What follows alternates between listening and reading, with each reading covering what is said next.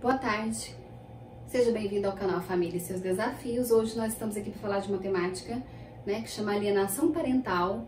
É uma coisa muito vivida há muitos anos, porém pouco entendida, e hoje se deu um nome para isso, mas há muito tempo se vive isso. E hoje temos a lei da alienação parental, que foi criada em 2010, vou deixar para vocês aqui a descrição da lei. Mas o que é então alienação parental? A alienação parental é quando o casal se desfaz, o casamento ou um casal mesmo que esteja convivendo junto e tem filhos nesse relacionamento, quando a relação se rompe e um dos cônjuges, por raiva, por vingança ou por qualquer outro sentimento, acaba alienando o filho em relação a outro companheiro. Vamos explicar melhor. Temos o genitor pai e genitora mãe. A alienação parental pode acontecer tanto na criança como no adolescente. E a alienação parental pode acontecer também por outros parentes. Por exemplo, a avó e o avô pode alienar o neto em relação ao pai. Vamos supor que acontece uma traição. E aí esse pai traiu a filha dessa avó, E aí ela tem raiva. Ah, seu pai traiu sua mãe, ele não presta mesmo, ele é esse e aquilo. Isso é um tipo de alienação parental. E se isso se enfatiza de certa forma consecutivamente, então sim, pode se caracterizar uma alienação parental. Essa criança pode estar sofrendo como uma pressão psicológica, para perceber o pai ou a mãe de uma forma extremamente negativa, É alienar realmente esse filho em relação a essa paternidade ou essa maternidade. É desqualificar esse pai e essa mãe. Então, o alienador faz isso, desqualifica o outro na função de pai, de mãe, e isso é alienar, a criança. Então, isso se enquadra na alienação parental. Quando o casal se separa e isso acontece consecutivamente, em relação aos filhos, ou quando acontece também, por exemplo, de separar e o casal tá brigado, muda de endereço, não conta nem para onde foi com o filho e fica aquele desespero. Isso é também uma característica de alienação parental. Quando esse cônjuge proíbe o outro de visitar o filho, não quer que ele conviva com o outro genitor, nem com a família desse genitor, isso também é uma alienação parental. Então, o foco da alienação parental é essa desqualificação desse pai ou dessa mãe, dessa função de pai e mãe, e o distanciamento no afeto e na relação desse filho com esse outro genitor, o que não é o guardião, A gente chama aquele que tem o filho, que mora com o filho, ele é o guardião. Então, ele é o guardião e ele aliena o filho em relação a esse outro que não está com o filho. Isso é uma alienação parental e isso é muito grave, isso acontece há muito tempo, porém hoje nós temos um nome e temos uma lei. Antigamente, quando a lei foi criada, tinha uma penalidade de prisão mesmo. Depois eles retiraram porque entenderam que era prejuízo para a criança, Já que a criança, por exemplo, estava alienada, o guardião alienou em relação ao outro. Aí o guardião vai preso, a criança perde os dois, Porque quando a criança está alienada, ela rejeita o outro genitor. Então, por exemplo, se eu sou uma mãe e eu fiz a cabeça do meu filho, Para que ele não goste do pai, ele rejeita o pai, E ele não quer ir para casa do pai, ele não quer estar ali com o pai, ele não quer fazer nada com esse pai. E aí a justiça vem e prende a mãe. Para essa criança, ela ficou desestabilizada, ela ficou sem um pai e sem a mãe. Ficou sem o chão, na verdade. Então, assim, a justiça entendeu que não, então tem outras penalidades. Qual é o melhor jeito de resolvermos a alienação parental, então?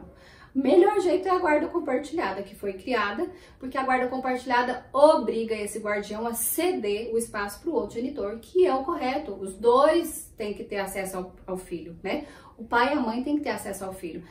Muitas vezes acontece desse pai e dessa mãe realmente não ser qualificado como mãe, como pai. Por exemplo, um pai que bebe, que fuma, já acompanhamos várias vezes, Ah, meu filho vai para lá e o homem só bebe, leva ele pro bar, fica bebendo, não cuida da criança.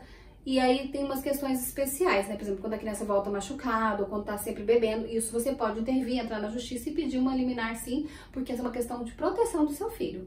Ou quando há casos de abuso sexual também você pode intervir, porém esses casos de abuso são outras coisas complicadas, porque muitas vezes o processo é delongado até se comprovar que houve ou não houve o abuso, Essa mãe ou esse pai, por exemplo, fica inseguro, vamos supor que aconteceu do padrasto mexer com a filha, com a criança. E aí esse pai de jeito nenhum que quer que a filha vá lá para casa da mãe. Isso não é uma alienação parental, isso é uma proteção. Mas alguns casos da justiça já foram confundidos com isso. E aí acaba sendo condenado esse pai ou essa mãe que tentou proteger o filho né? E aí a justiça acaba confundindo com alienação parental. Então é muito grave, é sério. Se você tem um filho, se você se separou, o ideal é que você não fale mal do outro genitor, né? Se ele é um péssimo pai ou se ela é uma péssima mãe, isso já é explícito, isso vai ficar aparente na relação dele com o filho. Por exemplo, tem pai que combina e nunca busca o filho, ou não vai buscar. O filho percebe, você não precisa enfatizar isso. Ah, tá vendo? Seu pai realmente não presta, não vai te buscar, ou sua mãe não presta, tá lá na gandaia, ela quer saber só de namorar, não quer saber de você. Isso não precisa ser enfatizado para a criança. A criança já sente essa rejeição. Se você enfatiza, você só piora e o prejuízo não é do outro que está lá não correspondendo ao papel paterno ou materno. O prejuízo é da criança e do adolescente, que está sofrendo a falta desse pai ou dessa mãe. Então, se você é um vô, uma avó, um pai, uma mãe que tem um outro, né, genitor não qualificado para o papel, tenta enfatizar o contrário. Ó, seu pai não veio te buscar, mas você tem a mim. Vamos fazer uma coisa divertida, vamos fazer outra coisa. Assim, você não precisa cobrir, já ficou aparente, mas você pode suprir essa falta que esse adolescente, essa criança tem. Isso você vai fazer muito mais bem para o seu filho do que se você estiver enfatizando a parte ruim, né? E dependendo da gravidade, você vai precisar procurar um profissional, sim, para que esse adolescente ou essa criança faça uma psicoterapia para ressignificar essa questão mal resolvida em relação ao genitor que não corresponde ao papel, né? Agora, se o genitor não é mal, não tem nada disso, e você está colocando na cabeça da criança, né? Porque você tem raiva da mãe porque ela te traiu, ou você tem raiva do pai porque ele te largou, não quis saber mais desse casamento, ou porque você não quer que conviva com aquela mulher e aí você não quer que seu filho vá para aquela casa, isso não está certo, você está prejudicando seu filho. Mais uma vez vou dizer, você tá com raiva do seu cônjuge, porém o prejudicado não é ele, o prejudicado é o seu filho, né? A criança precisa de um referencial paterno e materno, né? De um cuidador. Se não tem esse pai, se não tem essa mãe, precisa desse substituto, desse cuidador. Isso é o que importa. Então, se você consegue suprir isso pro seu filho, isso é o mais importante, o resto não importa. Claro que tem as questões que eu já falei, de segurança e tudo, né? Que você pode ajudar o seu filho a ter um desenvolvimento melhor. Uma criança alienada, né, que tem essa negatividade em relação a um dos pais, pode desenvolver depressão, pode desenvolver tentativas de suicídio, né? Pode gerar transtornos de ansiedade. A criança pequena, por exemplo, pode desenvolver psicossomatizações, que é ter tiques. Tem muita criança que tem tique quando o casal separa, pode ter dor de barriga, diarreia constante, febres constantes, assim, inexplicadas, por causa dessa coisa que ela não resolveu internamente, né, dessa negatividade desse pai ou dessa mãe que a abandonou.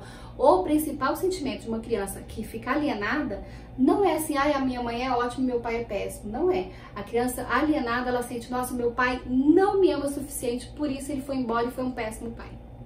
Ou vice-versa, em relação à mãe.